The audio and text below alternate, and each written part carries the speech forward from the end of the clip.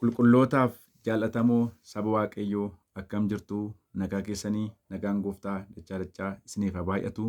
Baga jiraattanii ani obboleessa keessan faarfataa hiikaa olaanaati.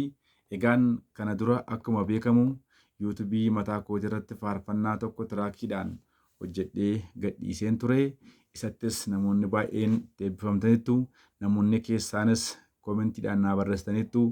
Dabalataan silkiillee bilbiltanii Gooftaan si eebbisu jechuudhaan na jabeessitaniittu. Kanaaf isaaf ulfinan isiniif qabaa.